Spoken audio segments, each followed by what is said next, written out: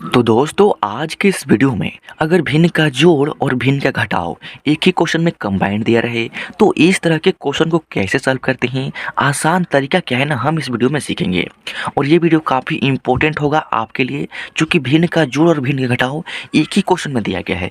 तो इस वीडियो के माध्यम से आप भिन्न का जोड़ भी सीख लेंगे और भिन्न का घटाव भी सीख लेंगे। तो देखिए तरीका क्या है। तो सबसे पहले यहाँ पर क्वेश्चन को देखिए। क्वेश्चन है -8 और बटा में क्या है 17। इसमें जोड़ना यानी प्लस करना है 3/2 और इसमें से घटा देना है -5/4।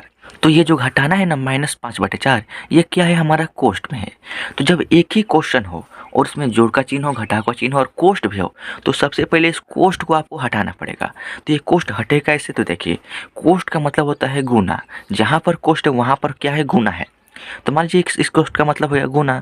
तो हमको माइनस का गुना करना होगा माइनस में, तब जाकर ये कोष्ठ जो है अपने आप हट जाएगा। तो चलिए उसके पहले जो भिन्न जाएगा सबसे पहले इसको लिखेंगे। तो यहाँ पर क्या है -8 बटा में क्या है 17। उसके बाद प्लस तो प्लस, उसके बाद क्या है 3/2। तो हम यहाँ पर लिखेंगे 3/2। अब देखिए यहाँ पर जो माइनस से इसका गुना करेंगे इस माइनस में तो माइनस माइनस होता है प्लस, यानी यहाँ पर आपका हो जाएगा प्लस और 5/4 है तो 5/4 लिख लेंगे और ये जो कोष्ठ है हमारा यहाँ से हट चुका है। तो अब देखिए ये जो है हमारा भिन्न का जोड़ हो गया, यानी -8/17 में जोड़ना है 3/2 और फिर इसी में जोड़ना है 5/4।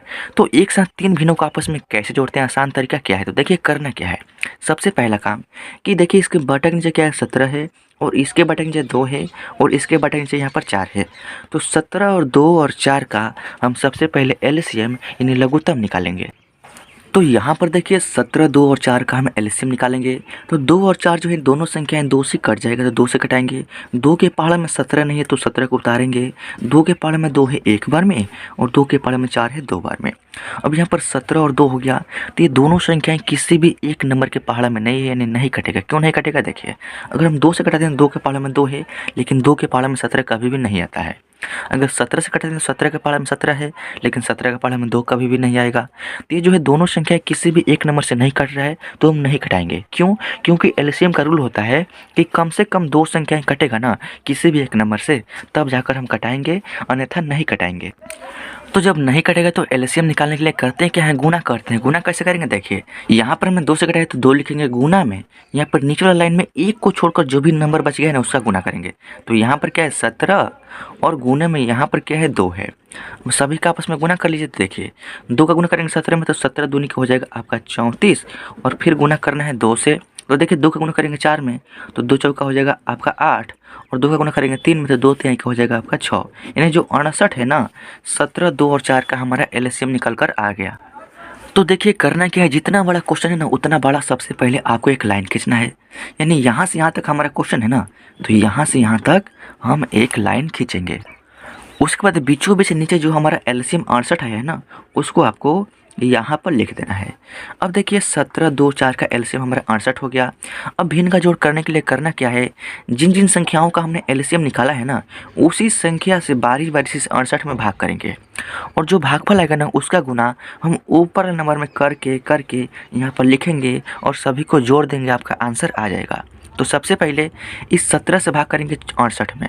तो 17 का पारा पढ़ेंगे कितने बार में 68 आता है। तो देखिए 17 एकम 17, 17 दूनी के 34, 17 तिया 51, 17 चौका 68। यानी 17 का पारा हमने 4 बार पढ़ा तो 68 हो गया। तो वही 4 हमारा भागफल हो गया।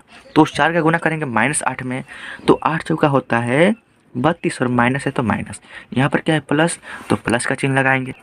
अब देखिए फिर यहाँ पर क्या है 2, तो इस 2 से भाग करेंगे 68 में। तो देखिए जब 2 से भाग करेंगे 6 में तो यहाँ पर होगा 3 और 2 से भाग करेंगे 8 में तो यहाँ पर होगा 2 चौका 8 4, यानी 3 और 4 34 बार में कटेगा। तो उस 34 का गुना करेंगे इस 2 के ऊपर नंबर 3 में। तो जब 34 का गुना करेंगे 3 में तो देखिए यहाँ पर 34 का गुना करेंगे हम सिर्फ 3 में। देखिए 3 चौका 12 का 2 हार्सी 9 और 3 3 का 9 1 10 यानी 102 होगा। तो आपको यहाँ पर 102 लिखना है, प्लस है तो प्लस, समझ रहे हैं ना। अब देखिए फिर वही प्रक्रिया यहाँ पर इस 4 से भाग करेंगे 68 में। तो जब 4 से भाग करेंगे 68 में तो कितना होगा देखिए, जब 4 से भाग करेंगे इस 6 में तो 4 कम 4 इसमें से 2 बचेगा तो इसमें लगाएंगे तो ये हो जाएगा 28। तो 4 से भाग करेंगे 28 में तो 4 7 के 28 यानी यहाँ पर 17 बार में कटेगा। तो 17 गुना करेंगे 5 में तो 17 पंजे होता है 85। समझ रहे हैं ना, 17 5 से 85। तो अब देखिए करना क्या है, यहाँ पर क्या है -32 और इसमें जोड़ना है 102 और फिर इसी में जोड़ना है 85। यानी जो 85 है इसके पहले क्या है प्लस का चिन्ह है, तो ये 85 क्या है प्लस में है, 102 क्या है ये भी प्लस में है, 32 क्या है ये माइनस में है। तो सिर्फ 32 जो है माइनस में है, तो सबसे पहले जो प्लस वाली संख्याएं हैं ना, इन दोनों को सबसे पहले आपस में जोड़ेंगे। तो 2 में 5 जोड़ेंगे तो यहाँ पर हो जाएगा आपका 7, 0 में 8 जोड़ेंगे तो यहाँ पर हो जाएगा आपका 8 और 1 में कुछ भी नहीं जोड़ेंगे तो आपका होगा 1। अब देखिए यहाँ पर क्या है प्लस का चिन्ह, तो प्लस का चिन्ह लिखेंगे, -32 है तो -32 लिखेंगे। अब देखिए बाटा में जो है 68 है, तो बाटा में हम यहाँ पर 68 को लगा देंगे। तो अब देखिए करना क्या है, -32 में जोड़ना है 187। यानी ये क्या है आपका जोड़ है, लेकिन जोड़ना क्या है -32 को जोड़ना है 187 में। तो कैसे जोड़ेंगे, तो देखिए जब माइनस वाली संख्याएं कोई हो और कोई संख्या प्लस वाली हो, तो जब जोड़ेंगे या घटाएंगे ना, तो देखिए माइनस प्लस होता है माइनस, यानी संख्याएं किसी भी हाल में घटेगी। माइनस प्लस क्या होता है माइनस, और चिन्ह किसका रहेगा, तो जो बड़ा संख्या का पहले जो चिन्ह है ना वही चिन्ह हम लगाएंगे।